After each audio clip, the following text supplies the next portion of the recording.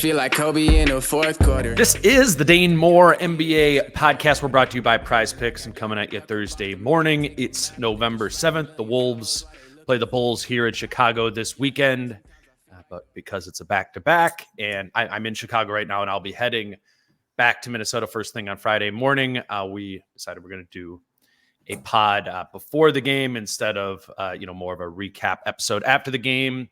Chris Hine and I will both be back in Minneapolis this weekend, and we'll recap both the Chicago game and Friday night's game against Portland as well. Again, we'll do that Saturday morning. But today I'm joined by Britt Robson.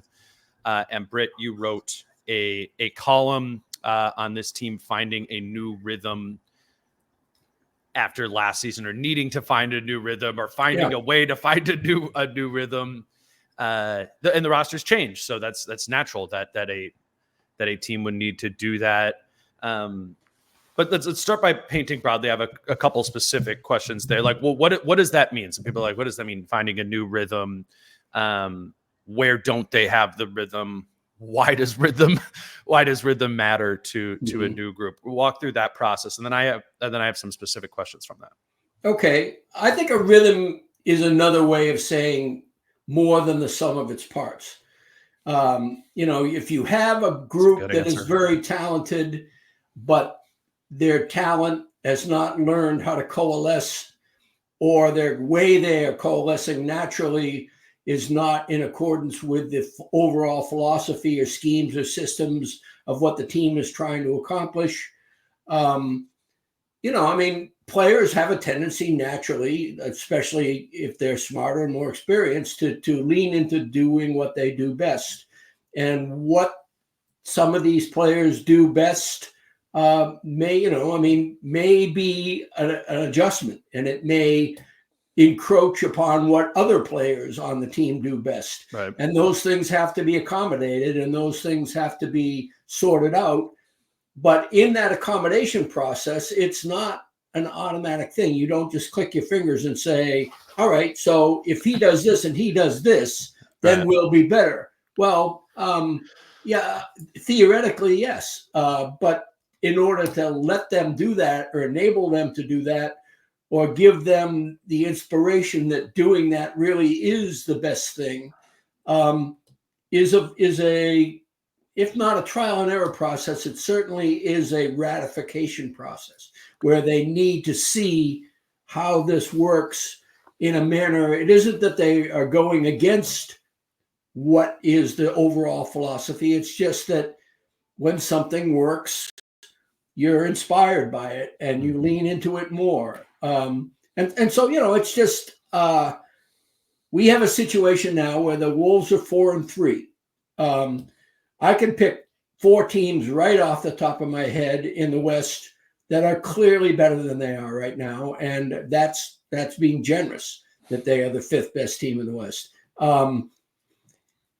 There will be room for growth. I really do have faith in Finch, and I have faith in the goodwill and buy-in of the players on the roster.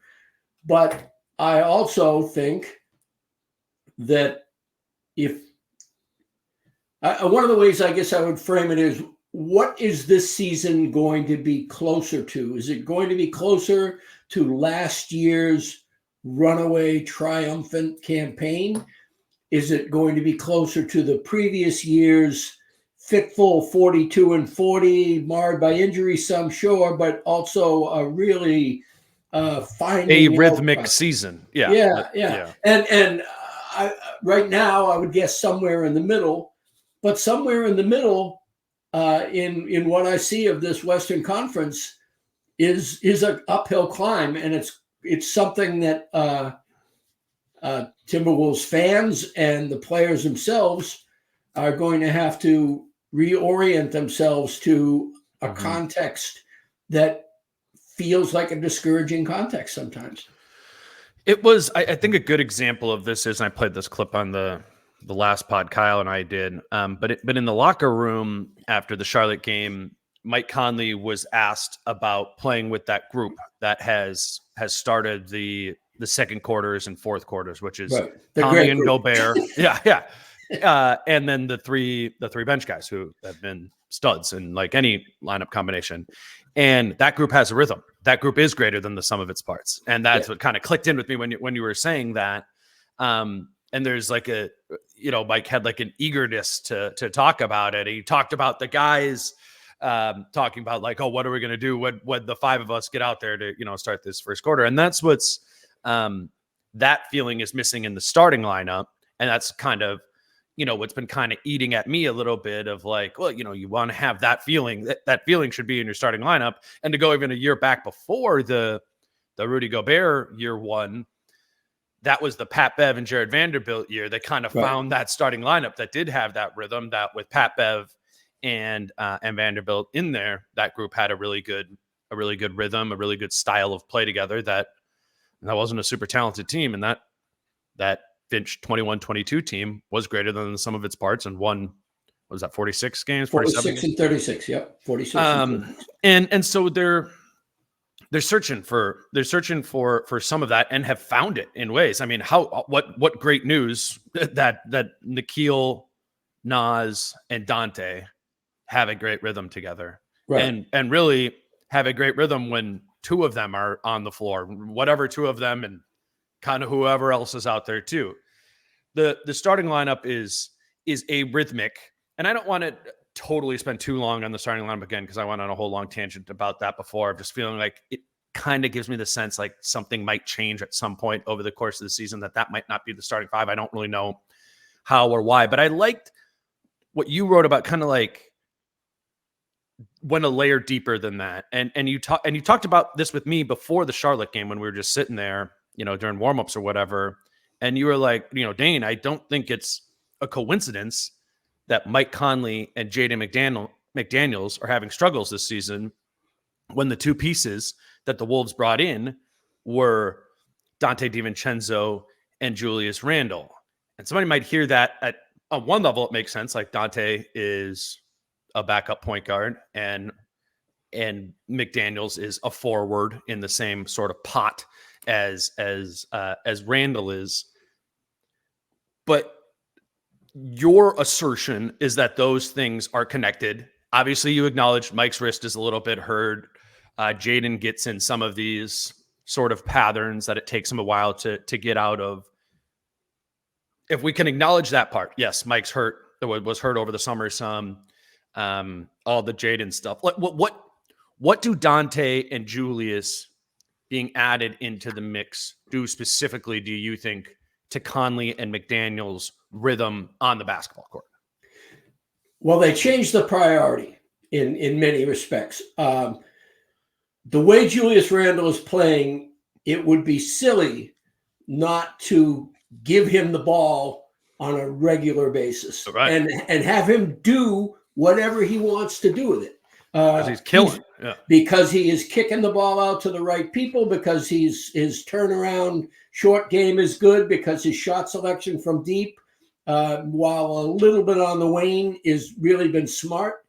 But having him be as much of a featured player as he has been, I think you threw out the heliocentric term. Yeah, well, and I think that, let's face it, a lot of the Wolves' offensive possessions evolve into get the ball into Randle and we will follow his lead. Mm-hmm. And I think it is much more of a playmaking way of operation than Cat. Someone would say, "Oh, well, Cat was featured a lot," but Cat was a whole different kind of playmaker. He was somebody who did a lot of pausing and then a lot of speed, a lot of up.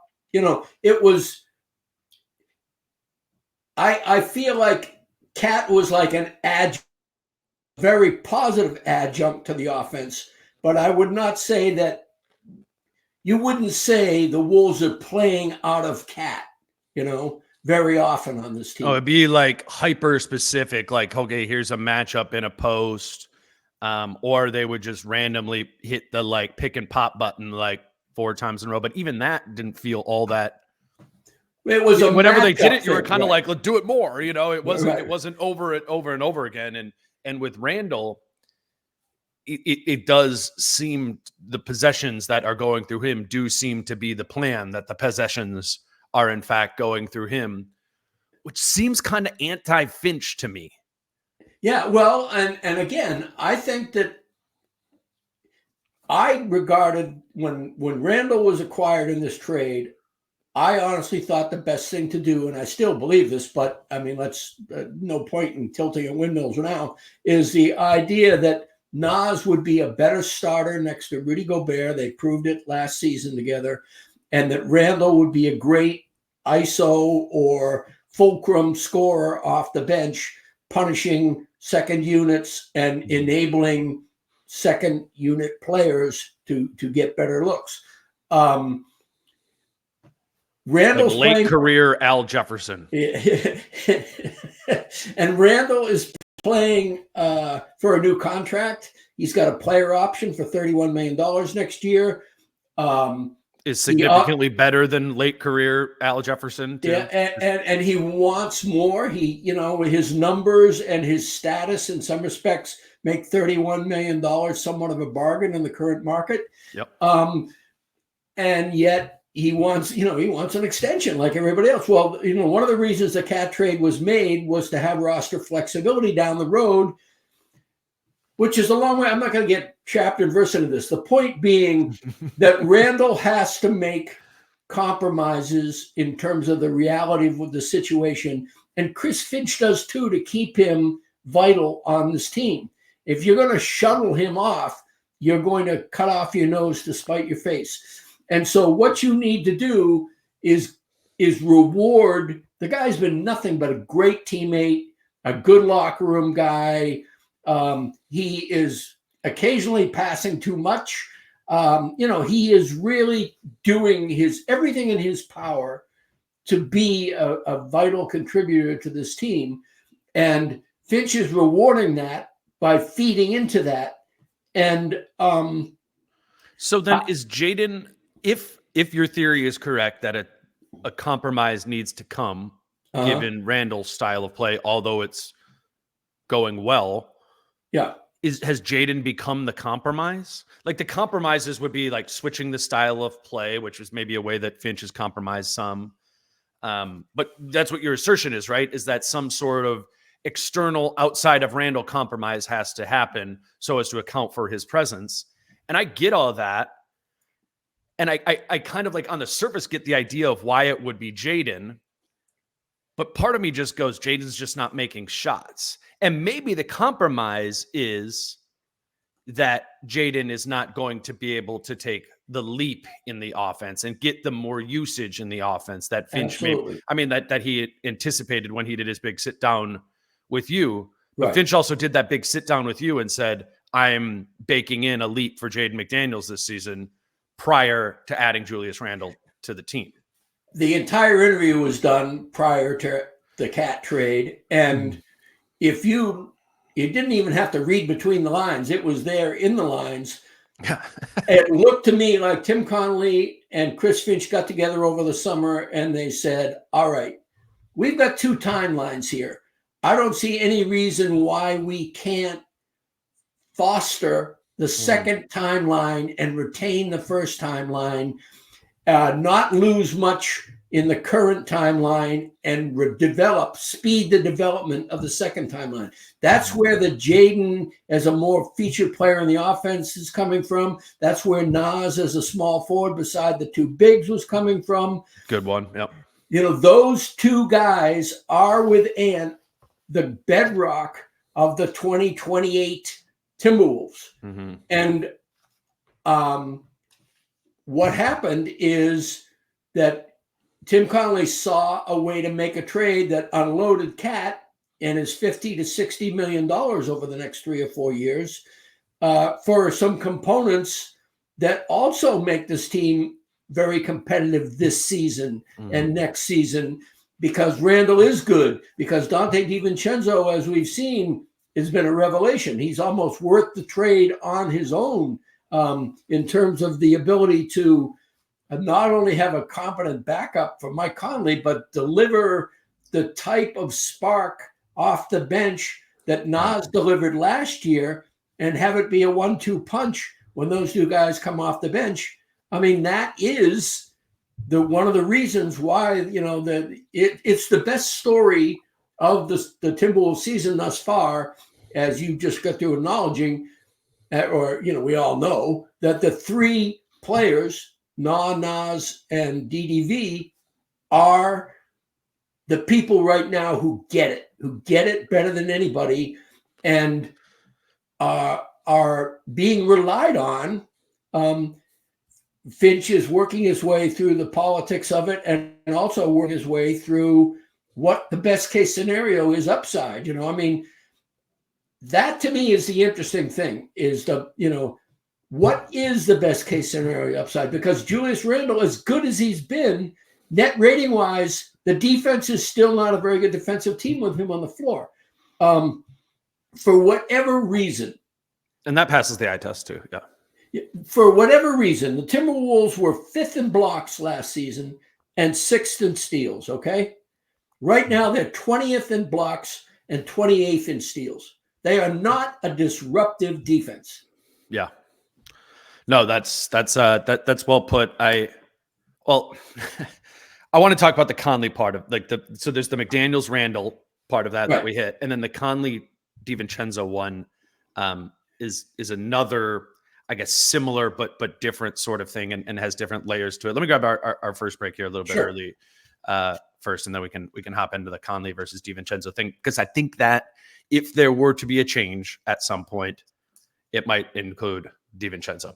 But today's show is brought to you by Falling Knife Brewing Company. Many of you have come to Falling Knife for live shows that Britt and I have done there over the years. Just this time of year, we like to remind you that if there is a Wolves game, it will be on at Falling Knife Brewing Company. The sound will be on, and it'll be playing on their projection screens in the tap room there. When we started this partnership years ago, when the Wolves were bad, it was the idea that no or very few bars in Minneapolis were committed to showing Wolves games and being a quote unquote Wolves bar. Obviously, Falling Knife has very much become that, but it's always a good thing to kind of put back on your radar, I think, as the season is starting, and you think about this weekend, whether it's tonight, if you're wanting to go out on Thursday night to watch the Wolves Bulls game, that's an option, or obviously Friday as well if you're not going to Target Center for the Blazers game.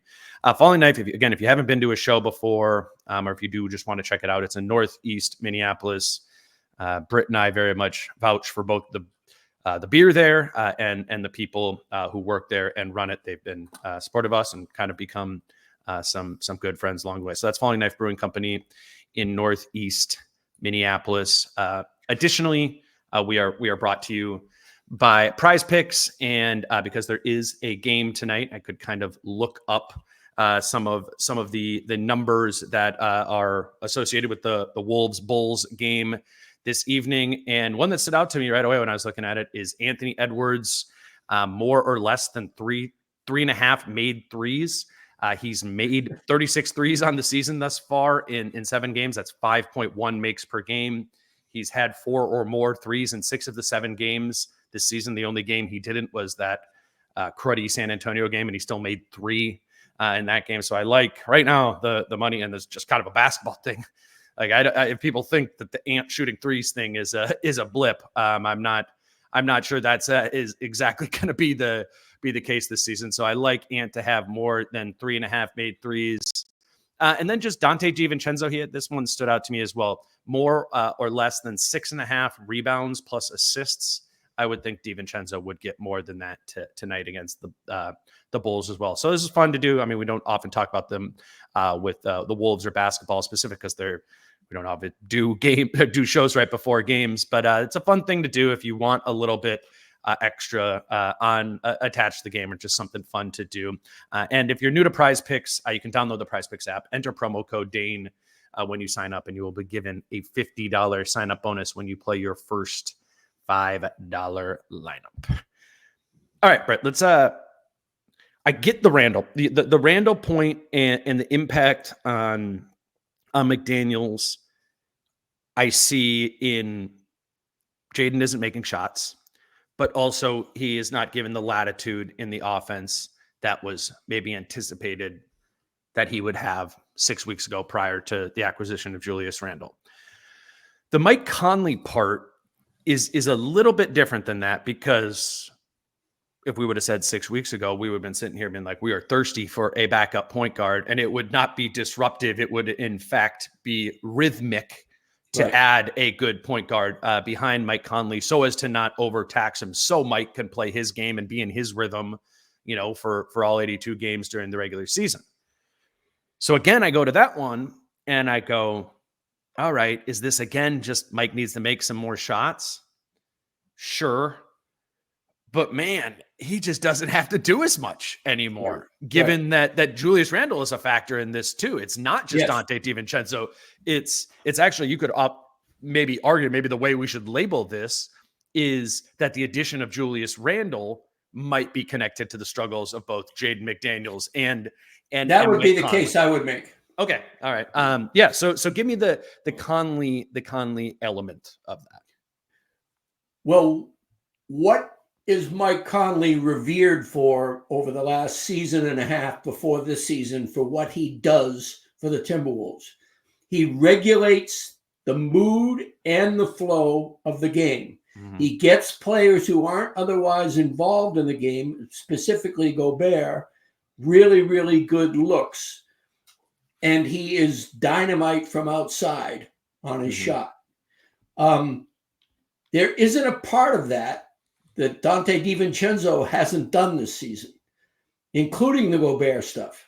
Right. He has actually been very, very good with Gobert.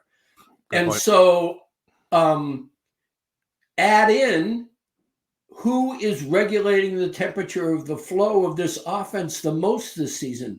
I don't know if it's still true, but up until the Charlotte game, Randle had more assists than Mike Conley. Oh, I think he still does, yeah. Okay. So, Julius Randle is leading the Timberwolves in assists. If you went into the season saying another player, and it's not Ant, is going to be leading the Timberwolves in assists, right? You would say, how does that affect Mike Conley? So the number is 33 assists for Julius Randle, 30 for Mike Conley through 7 games. And we do it on a per game basis. I guess, Randle still has more. He's playing 10 more minutes a night than Conley. If you were to do like per 100 possessions, right? Conley would have him by a little bit. But when we're watching games and we're seeing the volume of playmaking possessions come, the majority of them, at least compared to Conley, are coming from Randle. Yeah.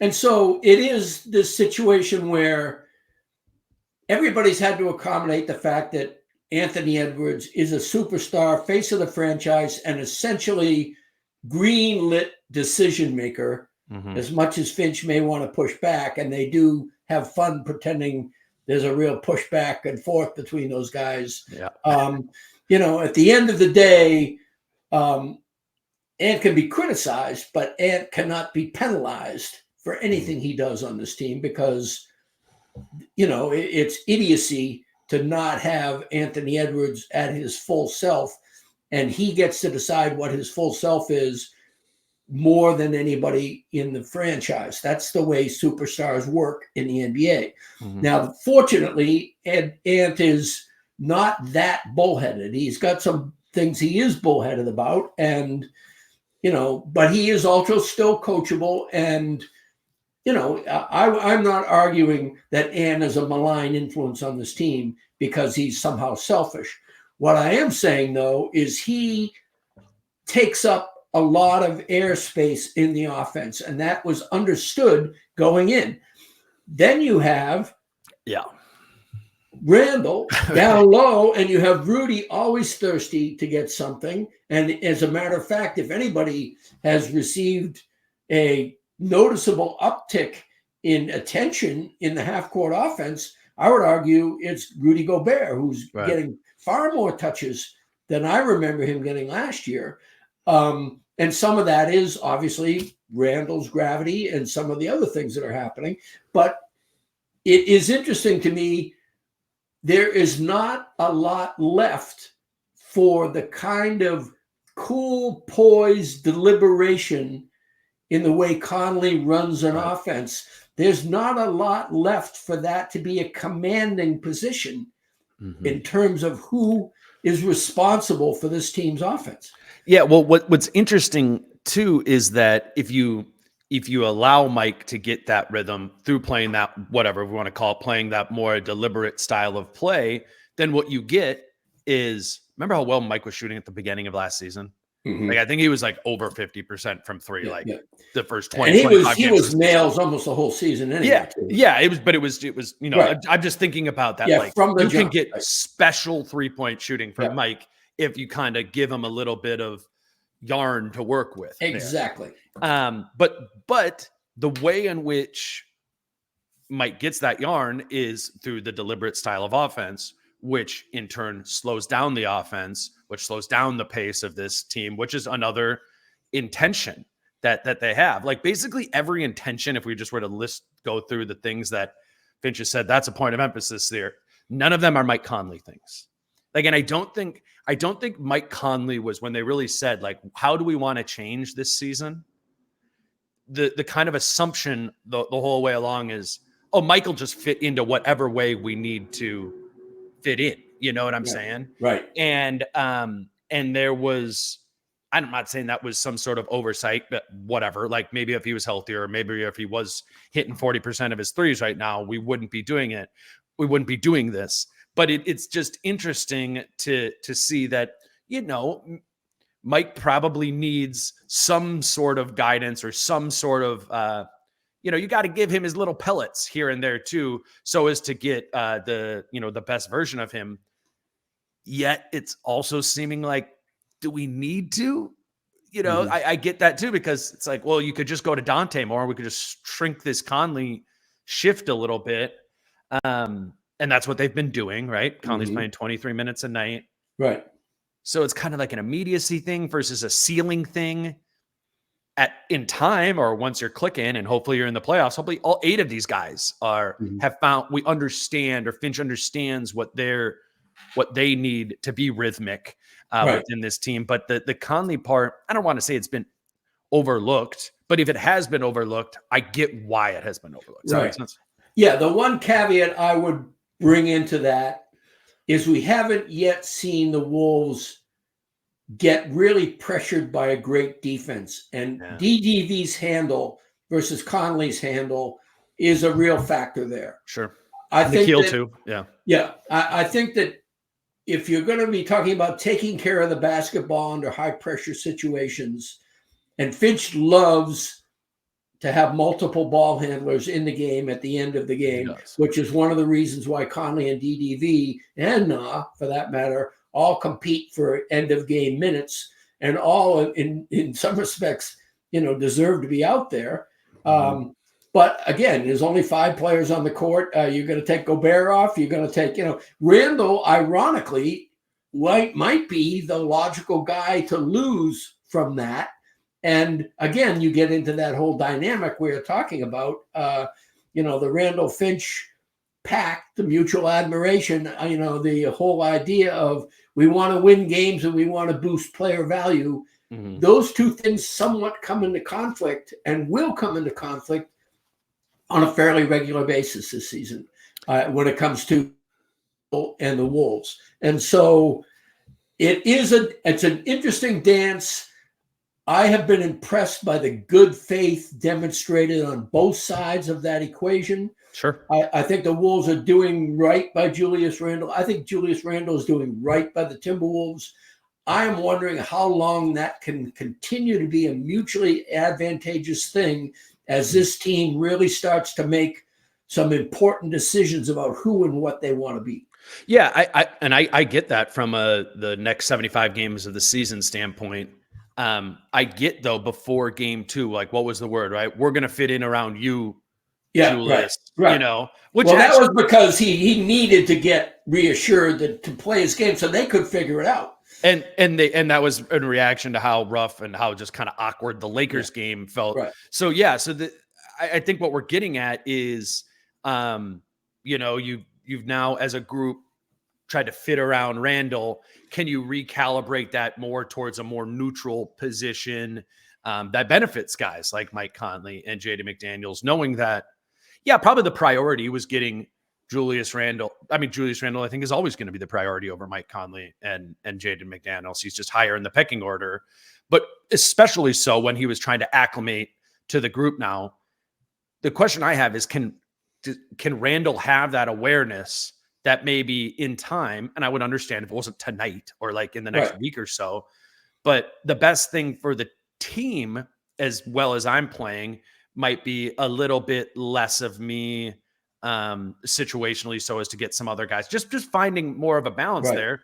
But that's got to be hard to do when you're, I mean, I just looked it up again, like Julius Randle's still at like 1.4 points per shot attempt, you know? So it's, but you know, he's also stepped out of the way at times too, to let Ant go. So some people are like, Dane, you really think like Julius Randle is going to sacrifice his usage and his utility in the offense for the betterment of the group? Like, that doesn't sound like Julius Randle. Well, we already actually have seen that at times, at least for a quarter here or a game there over the course of the season. I do buy into the idea that Julius Randle is bought into a team concept. I think he just needs to learn over the course of the year. We all do, right? Well, I don't know what it is exactly either. What the team concept looks like as well. And that's an ever evolving sort of deal. But I think, do you think like Randle could do that or would do that if he understood it was for the elevation of the group? I began the season as a really big skeptic of Randle's utility and efficiency. I have been mostly converted, and I'm just waiting to see if this is an extraordinarily hot streak that when it calms down, what's the new dynamic? So that's about the only thing that makes me not give a full-throated endorsement to the way he's playing. He has been fantastic. And I don't want anything I'm about to say to have, and what I have said, to be a knock on him, because I've been very pleasantly surprised. Yeah.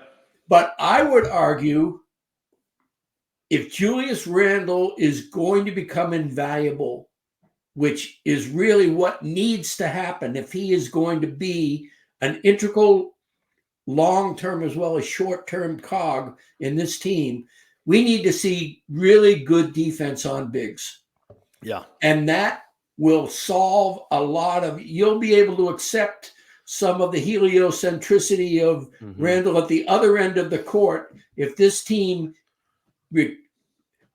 here's the open question when it comes to Julius Randle. Can the Wolves retain their identity as an ace defensive team with him continuing to play the role he's playing? What do you think? I think the jury is out, and I think it involves a lot more than Randle. Again, we get into that. What is rhythm? Rhythm is, some of the parts, and everybody's part changes everybody else's part. That's what takes so much time. And I'm not meaning to duck the question. It's just that he has never been a disruptive defensive presence. Yeah, and disruption, and Cat in his own way was stealthily more disruptive. Cat was prone to get embarrassed on defense a lot more than Randle seems to. Right. But with Cat, it was a lot more of a sine wave. It was a lot more, hey, nice play. That was awful. Randle has this kind of low-level mediocrity, adequacy on defense. It's not bad. He's not a bad defender. But he is, I would argue, in the starting lineup right now, if Ant is paying attention, he's the worst defender on the starting lineup. Well, he defends like he has a massive workload on the offensive side of the floor. Yeah. Well, that you could kill two birds with one stone there, right? I mean, and that would take an attitude shift, and that's what you originally asked me, is whether or not Randle will be able to reduce his role even further in a contract year at the age of 30 as a 10-year veteran. And my answer would be what would be ideal, as we've worked this out, is a little less on offense and a little more on defense. Then you have Julius Randle that hopefully can play to his peak and have this team be at its peak, which is what happens so often among the 8 or 9 people in the rotation last year. Yeah, right. There was just like more of a fury to the defense overall last season. Like that's... Well, they just shut people down. Yeah. I mean, you saw a year ago right now, we were in the middle of it. We were in the middle of the flowering of, oh my God, this team just destroyed Denver. This team just took Boston apart. I'm seeing it happen in Golden State right now. Yeah. I mean, last night I saw Golden State defend the hell out of Boston and come away. And guys like Buddy Hield are playing really good defense. Andrew Wiggins is back to being who he is, and they've got a really interesting deep bench. So you can see how teams just kind of blossom and crystallize. That has not happened this year. And that is awaiting the return of that is going to become more and more of a factor in how things work out for the Wolves as we move forward.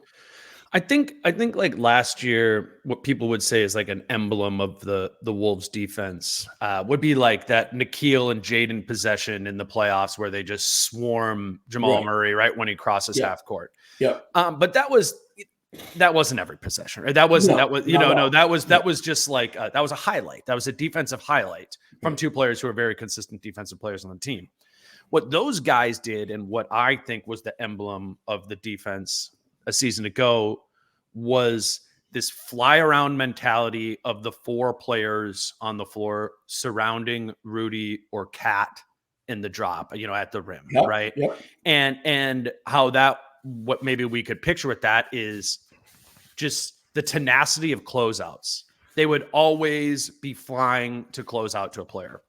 On the perimeter, right? Like you're Nikhil, you've helped over on this side and swing, and now he's sprinting over to contest, and he's not blocking it, but getting a contest on the opposite side, above the break 3. There's this one possession in I think it was the first quarter of the Charlotte game, and Randall's kind of on the left block, and Seth Curry does a little like pump fake, and I think Nas was on him. Yep. You remember I'm talking about? Nas kind of like slips, and Seth Curry is just like right at like 15 feet, and his like initial instinct is to look to like kick it out. Coming at me, right?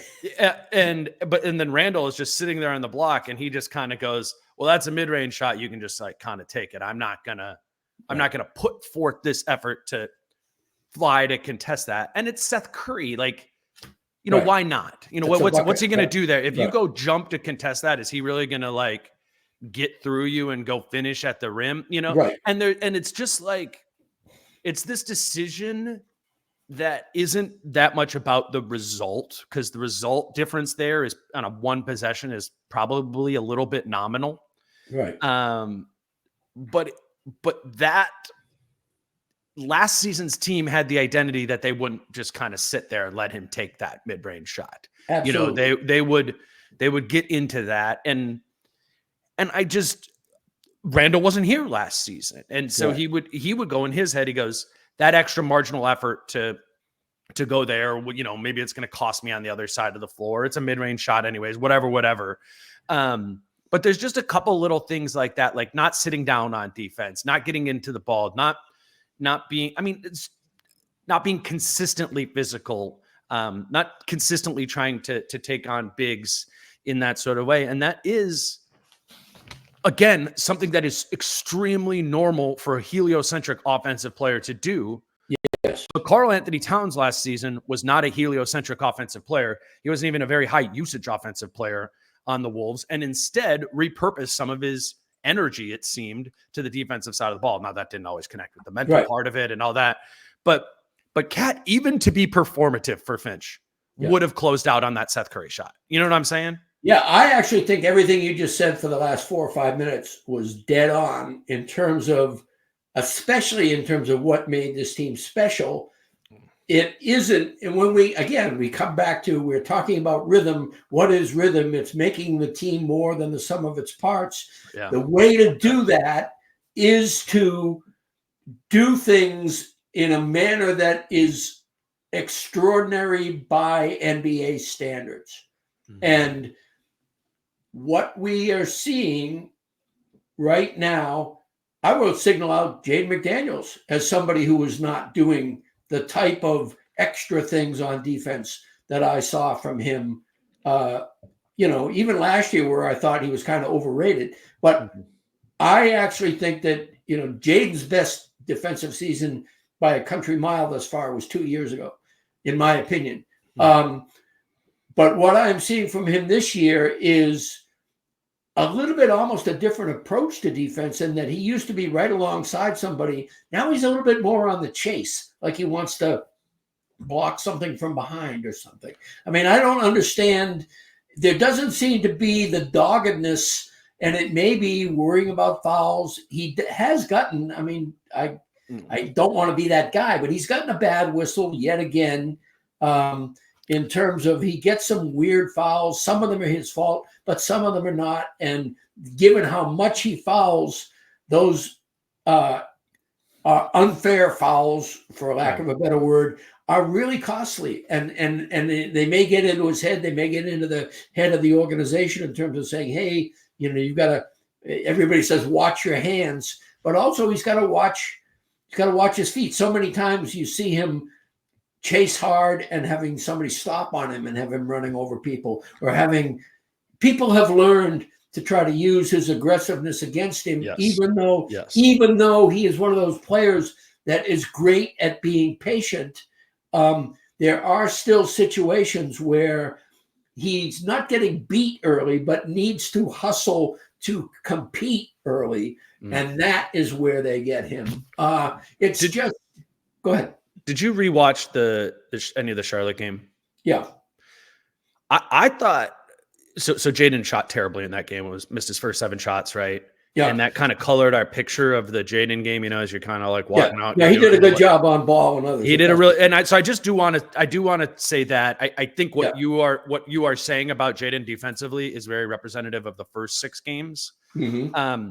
But I do think he did a really good job on ball, and I think that was really important and a good reminder, like for the Wolves, that like Jaden can be so potent at the point of attack, or the combination of Jaden and Nikhil can be that if they don't shoot well, but they cut off the head of the snake of the opposing team, that the LaMelo ball, particularly if it's a not that good of a team, right, like they don't need to hit shots. If you just force LaMelo, if the Wolves can force LaMelo ball into that game every single time, they win that game 95% of the time. You know what I mean? I agree. So Kobe White tonight, whatever, like some more of those guys, like, and that's what. And I think we've been through this a handful of times with Jaden, is just like Finch and the coaches need to get in his mind that remind him that if you do these things, hey, you're still helping us win. Obviously, we can tell you're frustrated about offense and the shot, this and this and that, but it's not like you're not helping us right now.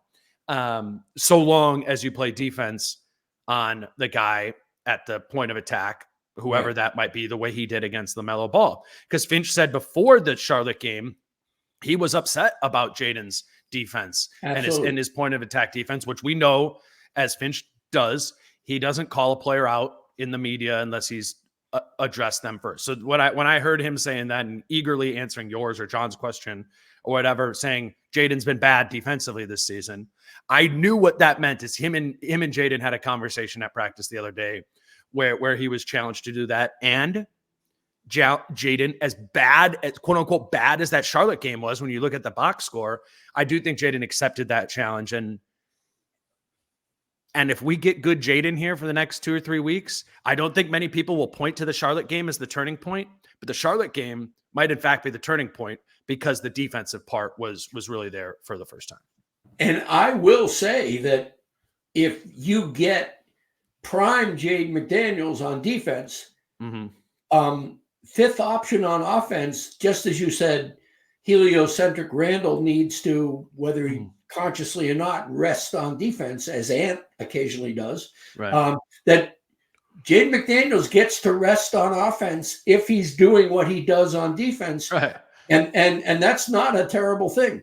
And it's not as sexy as getting to rest on defense and go get buckets on offense, but yeah. Well, again, the Wolves and McDaniels are both very, very aware of when teams try to stow somebody on Jaden McDaniels, that McDaniels can give them 8 points in 2 minutes.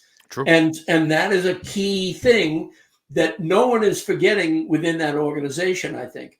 And that may be, McDaniels may have to be content with the idea that he's a matchup nightmare guy rather than a system offense guy. Because if you're going to feed Randle, if you're going to feed Ant, if you're going to have Conley and Rudy be comfortable in their roles in the half-court offense, there's not a lot of things left, you know? I mean, we can still kind of sprinkle in some other like Wolves things related to this, but you know, now we've got a couple weeks into the NBA season. I know you and I have watched a good chunk. I've watched a lot of basketball for whatever reason.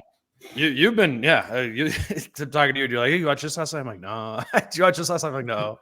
Last night I was watching, and I just kind of want to like talk a little bit about like the caliber of the West that surrounds the Wolves. And I mean, yeah, there is this. Oh, it's incredible. The West is so deep and all that, and it's super talented. And I agree with that. But I'm more interested by the like, what is it going to take for the Wolves to get through some of these teams? And I need to better understand them some. The one game I really dedicatedly watched last night end to end was the Nuggets Thunder game. I was texting you during it. Yeah. And it's funny, I'm saying this when the Thunder ended up losing this game, but I was, it's kind of taking down notes or whatever during it. And with Oklahoma City, I was like, the only team that feels like it's really going to beat the Thunder right now is a team that is both talented and has figured itself out. Absolutely. Just even night to night, which ended up not being, then the second half happens and Michael Porter Jr. has a big third quarter and Russ has 30 and an efficient 30 and Jokic does Jokic things. And the Denver Nuggets certainly do not have themselves figured out. Super Jokic thing. Jokic was like 29, 23, and 16 or something.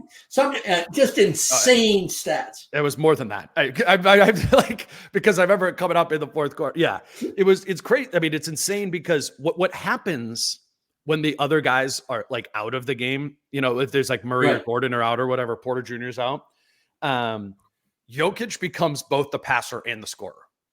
Like normally he just kind of reacts to, are you bringing doubles? Are you bringing doubles like from the top? All right, I'm going to be a passer. And that's what the Thunder were doing last night. And he had 6 assists in the first quarter. Right. But if you want to guard him with single coverage, like the Wolves did with Gobert, or like the Clippers did with Zubats when I watched that game. Okay, well then he's going to give you 40. And now he's like, the Thunder doesn't have a one-on-one matchup for him. So they're doing they're putting like Caruso behind him, guarding him in the post with like Lou Dort kind of like coming in for the double. And Jokic is like, well, I'm going to both score and pass here. And he was flirting with a 30-20-20 game. Yeah. I don't think that's ever happened. He was getting a bad whistle in that game too. Yeah, it was. I mean, but okay. So I'm not putting Denver up there, even though Oklahoma City, Denver has a lot of issues. Although Peyton Watson also had a really surprisingly good game, I thought. I'm a big Peyton Watson guy, so I know that they won that game without Aaron Gordon, which is if you think about that and the way Aaron Gordon played against this team, the Wolves the other night. That it was a super Jokic game, and I don't know if Russ can ever play better than he played the other night. It was crazy. They were getting Russ had 20 at halftime, and Jokic was in the beginning of his superhero arc, and they're getting then Porter Jr., as you said. Yeah, right? Yes. So they need more than just Russ. They got 124 points on the Thunder, which I will tell you, I bet you no one has done that this year. Yeah, that's probably true. I mean, that defense is phenomenal. And that's the thing. Golden State and OKC going into last night had what I saw were the two best defenses. The Cavs are in the mix, but I think even statistically, those two teams are like way above everybody I think else. that was 1 and 2. I mean, it's so, if you don't check. I mean, Golden State is just incredible in what they're doing now. They got Draymond playing the 4 most of the time. Wiggins is really playing well. I mean, and OKC, are they over 100 now because of that 124? Okay. 96-8. And what's Golden State? So Golden State's number 2 at 104. No, really? They're at 104? Well, I'm looking at cleaning the glass, so okay. I don't, like that, particularly when you're filtering it out. Yeah. Dallas is third. Dallas is great. Those, by the way, when I mentioned 4 teams, I was thinking OKC, Dallas, Golden State, and what was the You said Cleveland. You said Cleveland. No, I'm talking about in the West. Houston. No. Well, I'm talking about like overall, not just defense. As the Wolves gotcha. fifth best team. Oh, Phoenix. Phoenix. Yeah, Phoenix also. They won again last night. They're a really good team. They won 6 in a row. They've got guys, as predicted. Tyus is really doing stuff, but they got guys like Ryan Dunn, and they have just it. What's interesting about having the 3 guys that they had, that were all repetitious and therefore somewhat redundant. How's that for a meta bar? But so therefore, you have guys who are blatant role players, and they went out and got a bunch of blatant role players, and Smart. and so Bud is somebody who, when you have 3 great long-range shooters and you lead the NBA in long twos, doesn't take a genius to say, hey, let's step back a few feet and see how that goes, And so Phoenix is going to be dangerous. All 4 of those teams right now, I would pick all 4 of them over the Wolves in any playoff series. Yeah, but that's the. So I went off on the side tangent right now. There's this difference though of the teams who are clearly superior now. Yes, and exactly. like what I was saying is like it doesn't feel like Oklahoma City can lose to anybody right now unless it's a team that understands its identity and plays well on that given night, which a lot of good teams just kind of lose games. But like Oklahoma City, you need to be a problem to them is what it was feeling like. And then that. And I would argue that both Golden State and Dallas fit that definition. I kind of had Phoenix. I had Phoenix question mark too. Yeah, Phoenix is still really trying to. They're adjusting to a new coach. I really do think that their offense is tremendous. They have been prone to like really weird. The thing about both Golden State and OKC, and I guess Dallas too, but I'm thinking more in terms of those teams just step on your neck. Whereas like the Suns are a huge rally, and they come at you in waves, and then the waves ebb, and they drop off for a while. And I don't know if that's going to be their identity. That's a dangerous way to live. And so, I wouldn't put Phoenix up there yet. I would have them 4th in the West at the moment, though. And Phoenix is though kind of like.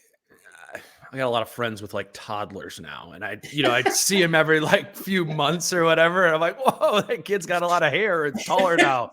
And I'm like Phoenix. I'm like, I don't know. Like to talk about them, I want to like see them do it more. And I think I watched all their first 3 games. And I don't think I've watched another one since. And they just feel well, they keep winning.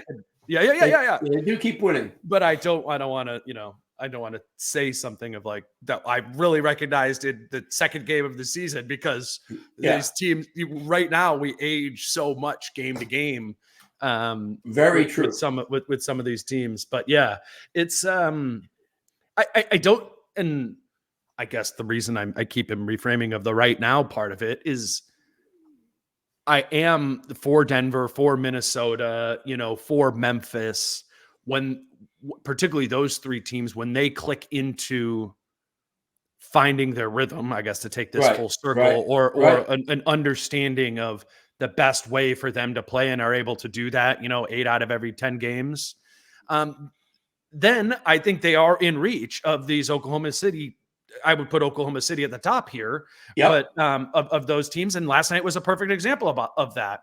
Yep. Like Oklahoma City, once Denver found a way to be a problem to Oklahoma City, they were a problem. They were a problem. And then, okay, well, in that specific example, if you're an Oklahoma City fan today, you can be like, well, we didn't have Hartenstein, and that's a different thing. Now, but that again, will be an adjustment. Yes. I mean, I'm big on that. Hartenstein is a great player, and he actually gives them that ability to put back off the offensive glass and that ability to defend the rim. He gives them a lot of really good things. But again, as we're seeing with the Wolves and Randle, you can have some really good things come into your team, but that requires accommodation elsewhere. And that team is so airtight in their identity that they're going to have to mess. I mean, Caruso's going through it right now, quite frankly. Sure. I mean, the Caruso we're seeing in OKC is fabulous and stands out in short bursts. But he's not the impact guy he was in Chicago yet, and so all we're saying is, it's we're still in the first 10th of the NBA season, and things take time, but there are certainly trends, and you can see, like I wondered if Dallas would care enough, or whether it would pace itself. Well, Dallas looks like it wants to win every game. That's an interesting sign right now. And then you have, New Orleans has been racked by injuries. They still compete really hard, So when that team gets Clippers have been competing. I mean, now this Clippers are playing way above their projections, and it's because they got guys like Chris Dunn and there's 2 or 3 other guys. I've been impressed with Harden when I've watched too. Harden and Zubac has been underrated, good two-way center. Yeah. I'm just last thing on the Hartenstein thing. Sure. I do think they will need him to beat Jokic. And that might just be being a little reactionary to last night. If you saw the playoffs, Western Conference semis, they needed a center in a major and they didn't have to play. Like last season's Oklahoma City team matched up better against Dallas than it did against Denver, in my opinion. Right. Because it's having an answer for Jokic. Yeah. I do think that they could go to the Cat Gobert thing where they could put Hartenstein on Jokic and have Chet be the Rudy Gobert spy guy, because Denver does, even more so now, has non-shooters out there around Jokic. That's a really good insight. I agree with that. They did it a couple times, and I don't even know if it was like intentional or whatever, but there was a couple possessions, again, where Caruso was on Jokic, and then Holmgren would kind of be leaking over there off of your boy Peyton Watson, who why did you so you saw the end of the game? Why the fuck did Jokic inbound it to Watson at the end of the game? It was a 2-point game. There's 16 seconds left in the game. They score the Nuggets don't score. The Thunder score to cut it to 2. And Jokic does this little thing where he shuffles his feet and gets out of bounds and inbounds it right away, like super fast. And he's just like wants to get it in, but he throws it to Peyton Watson, who is a terrible free throw shooter, who proceeds to go miss both of the free throws. Missed with 16 seconds left. It was 122 to 124, I think. Yeah, I fell asleep watching the game, and I didn't see the end of the game. I woke up and saw the final score, but I didn't know what happened. Literally, I was like, what are you doing? I texted Adam, who and I was like, why did he pass it to him? But then what happens, to get back on your side here, Watson gets the game-winning block on the other side of the floor after bricking the 2 free throws there. But Denver has... they've been resourceful to get where they are. They're a 500 team right now. Well, I'm doing a pod with Adam later today, and he's gonna be all like, "This is awesome! Like, beat the Thunder, everything's great." I'm like, I'm gonna be like, I watched that game, man, and that team is still chaotic and figuring itself out, and absolutely has Nikola Jokic, which much like his first MVP year, yeah. He will be Jokic And if Malone and the other players are able to control the chaos, they will be able to be good. But it's a funny team, man. They're not that bad. Like Brown is playing well, but there's like, it's not the super reliable way. Watson's fun. Russ can do stuff, but there's this wild variance to Strother is so variable. It's yeah. And I don't see Russ getting more consistent. Saric obviously is. He's deep six. He did not play it. Yeah, and so you do have a situation where Christian Brown was a great seventh man. He is not a starter. I mean, he's been good though, dude. I really like him. I really like him. I really do. But I think he is better when he is coming off the bench with Bruce Brown and Jeff Green. I really think that the Denver team of 2 years ago is their peak, without question to me. And so you're right, though. I mean, the fact that they won the game with Peyton Watson and Christian Brown as their forwards, right, is hats off to Nikola Jokic, man. I mean, that's just to beat the Oklahoma City Thunder without, right. And that's just because they played hard too. Aaron and Gordon did too. Yeah. There's so many ways Aaron Gordon would have been beneficial against a team like OKC, right. And the fact that they won without him, But again, it's the NBA. The cool thing about the NBA is you never know, and except about Cleveland apparently, which I guess we got to do a shout out there. I always thought Atkinson was a really good coach. Yeah. I thought he got screwed in Brooklyn. And so I think it was the right move. I really like JB Bickerstaff as a coach. Man. I thought he got shafted. Yeah. I mean, that's because everybody said, well, Mobley has to earn that contract by being more than just a defensive guy. And he has. I mean, he's in line for most improved player, even though he was really good last year. What he's doing on offense right now is really helpful to them. It's taken the pressure off that backcourt. They've got a lot more. But Mitchell's nasty too. It reminds me of Mitchell has always been nasty. But if Mitchell is allowed to be the only straw in the drink, it's a bad team. And that's what happened a lot with Cleveland last year.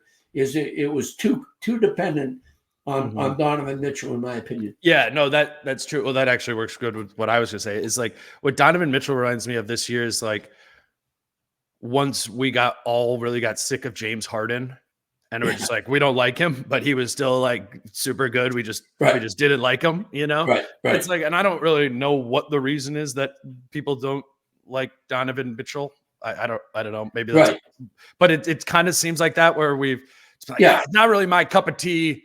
So I don't think he's that good. He's very good. And he's also he hits big shots. He hits big shots, right? And that's a really fascinating. I think I'll agree with that. I think that Donovan Mitchell is closer to Ant than a lot of people think. Yeah, I mean, who's another comp even? Well, I used to say Ant. Paul George. Yeah, no, I like Donovan better than Paul. That's George. Beginning to age out, right? Yeah. Well, that was because you started doing that when Ant was getting to the mid-range all the time. right. Yeah. Well, this is fun. I mean, we'll as the season goes on and, Britt and I have more time to talk about the going around the league, just random sort of stuff. We'll hit more of that this season as it's always kind of, I always feel like I'm playing catch up. Go ahead. Well, I mean, and also I do think that we are, in my opinion, in danger of having to work the same nodule over and over again, which is, can the Wolves define themselves in a way that gets them to the very, very high bar that everybody has set for them this year? Right. I think that is going to be a recurrent theme that is going to feel to us sometimes, especially you doing like 4 podcasts a week, as going to be something that, you just hit that nail so many times, you've set the nail through the wood at some point.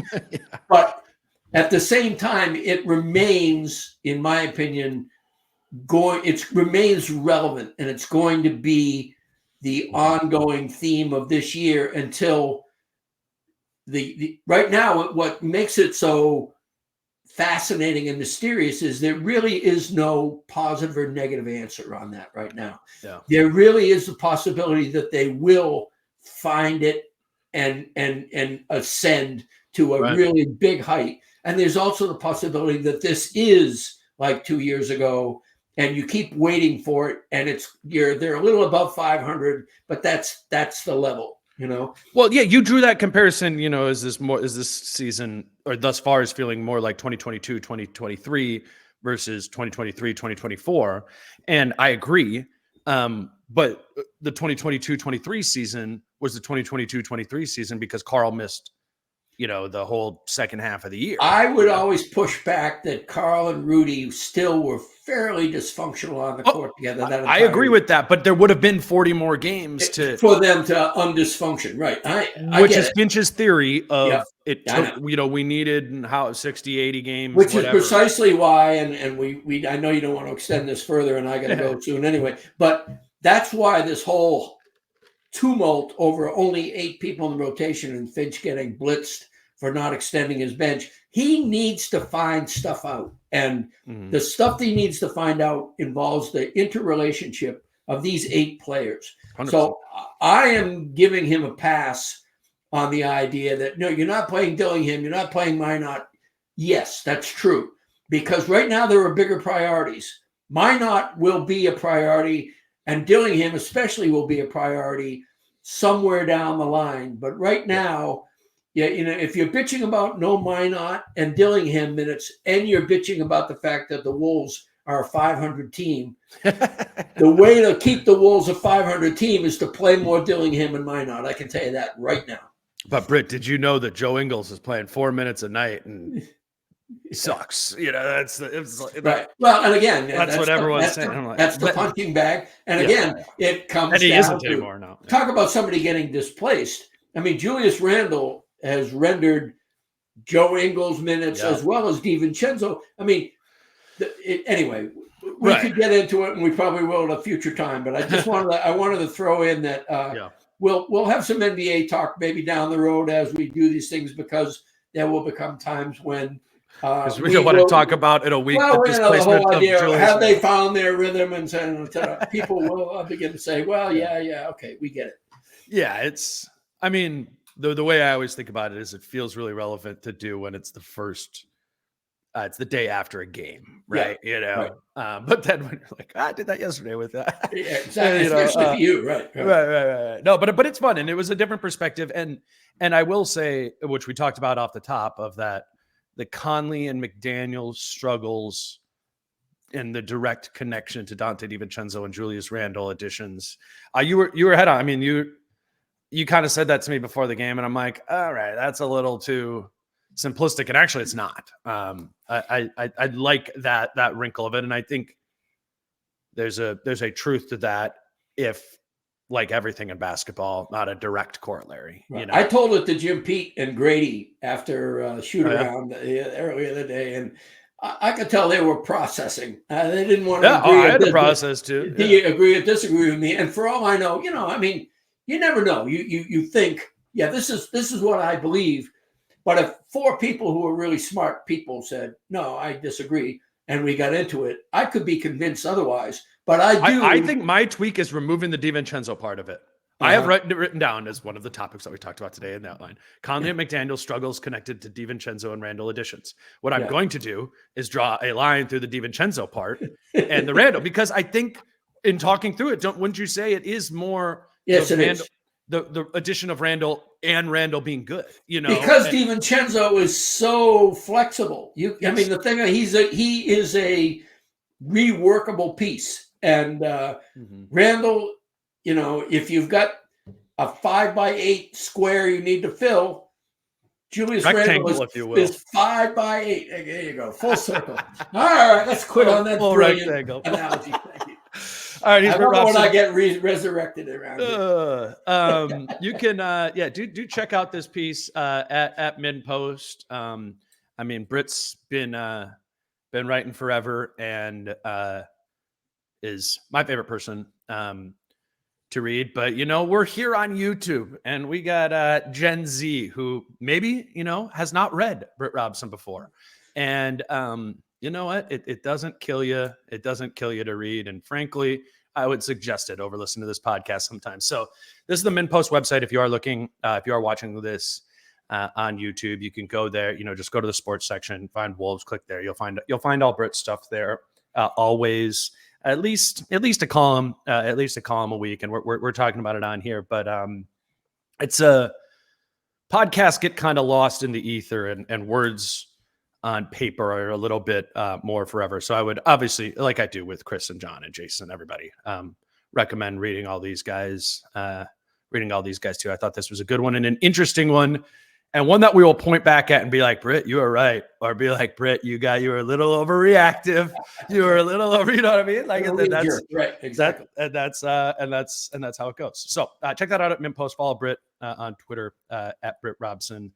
Like I said, the plan is a pod after the Portland game on Friday. So I will be at the Bulls game tonight, but no pod because I'm going to wake up early and get back to Minnesota. And Chris and I will do that on Saturday morning. So until then, he's Britt. I'm Dane. Peace out.